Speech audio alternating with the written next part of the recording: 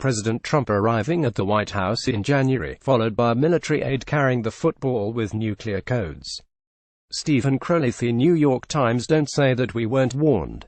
In a September 2015 speech before the National Press Club in Washington, the Louisiana governor and Republican presidential candidate Bobby Jindal said Donald Trump is dangerous. But not in the way you think. Many people think he's dangerous. They say, well, you wouldn't want somebody like that with such a hothead with his fingers on the nuclear codes. And yeah, that's certainly true. That's not the real danger. A real danger is that ironically Donald Trump could destroy America's chance to be great again. During the second Republican presidential debate that same month, the CNN anchor Jake Tapper referred to Jindal's concern about Trump and the nuclear codes, and asked Carly Fiorina, would you feel comfortable with Donald Trump's finger on the nuclear code? As Fiorina hemmed and hawed, deflected and redirected, doing anything not to say what everyone knew, that Trump with the nuclear codes was a horrible idea. Jeb Bush also cowered when the question was put to him. But Rand Paul was forthright and forceful, saying he think really there's a sophomoric quality that is entertaining about Mr. Trump, but I'm worried. I'm very concerned about him, having him in charge of the nuclear weapons, because I think his response, his visceral response to attack people on their appearance, short, tall, fat, ugly, my goodness, that happened in junior high. Are we not way above that? Would we not all be worried to have someone like that in charge of the nuclear arsenal? During a December 2015 Republican debate, Dana Bash, the CNN anchor, referred to a statement Ted Cruz made on the campaign trail about his actual beliefs about Trump and nuclear weapons, saying, Senator Cruz, you have not been willing to attack Mr. Trump in public.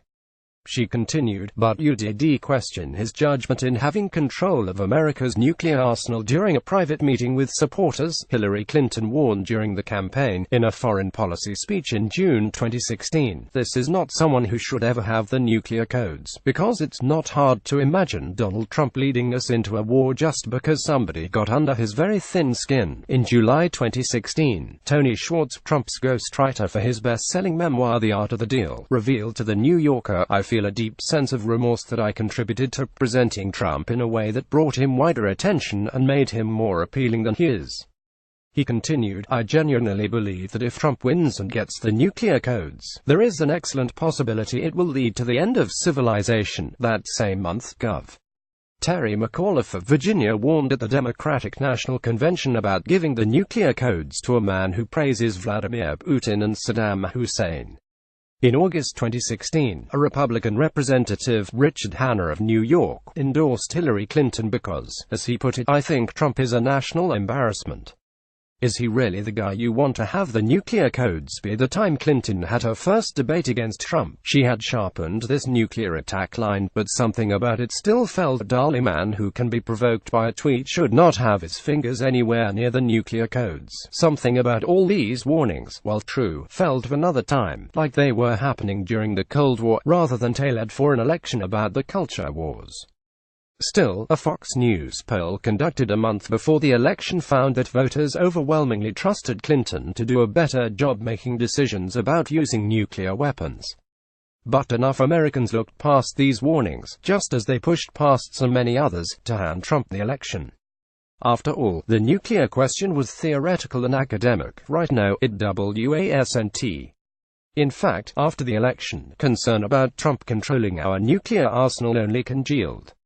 The worry is so real that in January, a Democratic representative, Ted Lieu of California, introduced the Restricting First Use of Nuclear Weapons Act, which is designed to prohibit the conduct of a first-use nuclear strike absent a declaration of war by Congress. In May, the Washington Times quoted Senator Ed Markey, Democrat of Massachusetts, as saying, we do not trust him with our nuclear weapons arsenal and we do not want him to use nuclear weapons first in the North Korean standoff, not just there in Korea, but all across the planet. The article also quotes Markey as saying of Trump, as his comments become more erratic and inconsistent on the use of nuclear weapons, we think it's imperative for the United States Congress to reclaim its constitutional authority to have the power to determine whether or not these nuclear weapons used first against any country. Trump continues his war of words and measuring of egos with Kim Jong-un of North Korea.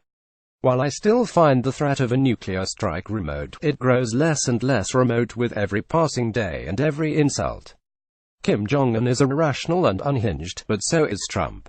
No matter whether I agreed with President Barack Obama's policies or not, I never once worried that he might ignite a nuclear war. That assurance has now been removed. As my colleague Nicholas Kristof, who recently visited North Korea, said of the possibility of a war between our country and theirs, war is preventable, but I'm not sure it will be prevented. This is what Senator Bob Corker, a Tennessee Republican, meant when he talked to the New York Times last week. The Times reported that Corker charged that Trump was treating his office like a reality show, with reckless threats toward other countries that could set the nation on the path to World War III. Plenty of people tried to warn us about this moment, but not enough Americans took heed. To them, this was sky-falling hyperbole. The use of nuclear weapons was a thing of history in Hollywood. But it is ever so clear that the threat is urgent and real, and that the only thing standing between a nuclear strike and us is a set of short fingers that constantly type out Twitter insults. If all this makes you uneasy, good. It should. Also, welcome to the club.